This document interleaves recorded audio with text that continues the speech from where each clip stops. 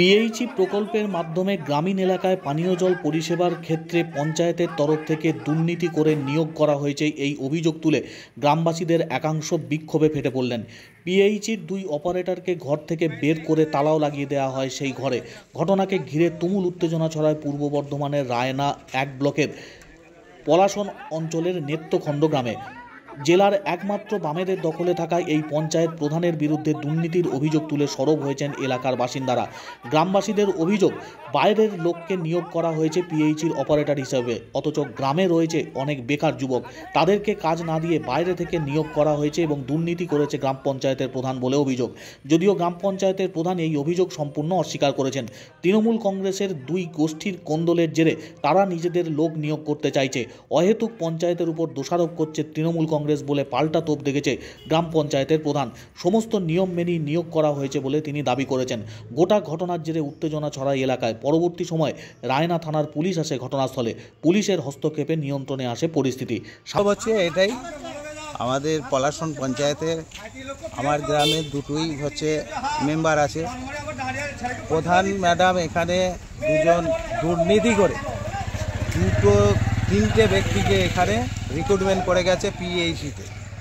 তার বিরুদ্ধে আমাদের গোটা গ্রামের প্রতিবাদ যে আমার গ্রামে মাটি, আমার গ্রামের জল, বাইরে থেকে এসে এই গ্রামে ফায়দা লুটে নিয়ে যাবে, আর যিনি এখানে তাদেরকে অ্যাপয়েন্টমেন্ট দেবে তিনি এখানে দুর্নীতির একটা আস্তানা গেড়ে দিয়ে যাবে, এটা আমরা চাই না। তাই গোটা গ্রাম থেকে আমাদের প্রতিবাদ। এখান থেকে আমার গ্রাম থেকে গ্রামের ছেলেরা কাজ পাক, কারণ আমাদের গরিব গ্রাম, সেই গ্রামে বাইরে থেকে এসে কাজ করবে, এটা আমরা মেনে নেব না গ্রামের মানুষ। এটাই আমাদের বক্তব্য। পক্ষ নয়, আমরা গ্রামবাসীর পক্ষ থেকে এসেছি।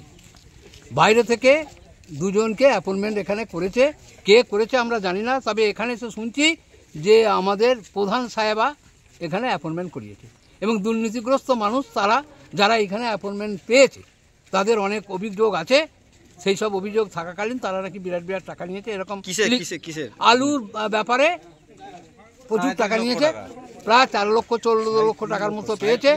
সেই লক্ষ টাকাগুলোকে নিয়ে তারা হজম করার জন্য এখানে অ্যাপয়েন্টমেন্ট করিয়েছে। সেই যারা অ্যাপয়েন্টমেন্ট করার তারা শুনছি এখানে যে আমাদের পলাশন অঞ্চলের প্রধান সাহেবা করেছে।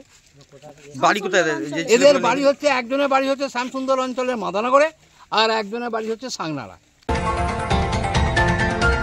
হঠাৎ ওরা কিন্তু সিপিএম থেকে দুজনকে নিয়োগ করে দিয়ে চলে গেছে। আমাদেরকে জানায় না, অত কোনো সদস্য জানে না। অঞ্চলে যে কমিটি আছে তারাও জানে না, 18টা মেম্বার আছে তারাও জানে না, কেউই জানে না।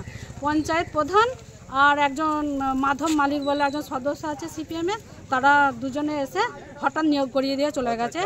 আমরা আমাদের সদস্য প্রধানকে ফোন করেছিল, এটা বলেছে ও কিছু বলেনি, তার পরিপ্রেক্ষিতে কিছু বলেনি। বাম পরিচালিত পঞ্চায়েত প্রধানের বিরুদ্ধে এই অভিযোগ উঠলেও অভিযোগ সম্পূর্ণ অস্বীকার করেছেন গ্রাম পঞ্চায়েতের প্রধান। তিনি অবশ্য পাল্টা দোপ দেখেছেন তৃণমূল কংগ্রেসের গোষ্ঠীদ্বন্দ্বের দিকে। আমি নিয়মাফিকে ঢুকিয়েছি, আর অন্য পঞ্চায়েতে অন্য জায়গাকার ছেলে এসেও ওখানে কাজ করছে, অন্য অঞ্চলগুলো দেখুন। আর আমি বিরোধী প্রধান, আমি পূর্ব বর্ধমানে একটাই প্রধান সিপিএমে। তা আমি দুর্নীতি করব, ওনারা বসে বসে দেখবেন, সেটা কি হয়? এবারে নিজেদের মধ্যে গোষ্ঠীদ্বন্দ্ব হয়ে নিজেদের মধ্যে এবার উনি বলছেন ওর লোক ঢোকাবো, উনি বলছেন ওর লোক, সেই নিয়ে ওদের ঝামেলা, সেইটা এসে আমার ঘাড়ে পড়ছে। তাহলে আমার কিছু করার আছে কি? এগুলো তো আমি যেভাবে নিয়োগ করেছি, এই নিয়োগটা আমি স্বচ্ছভাবেই নিয়োগ করেছি।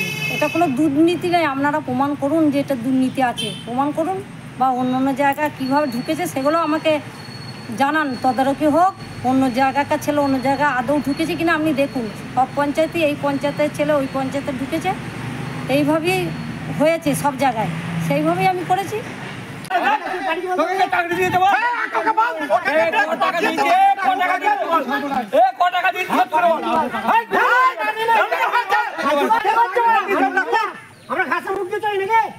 টাকা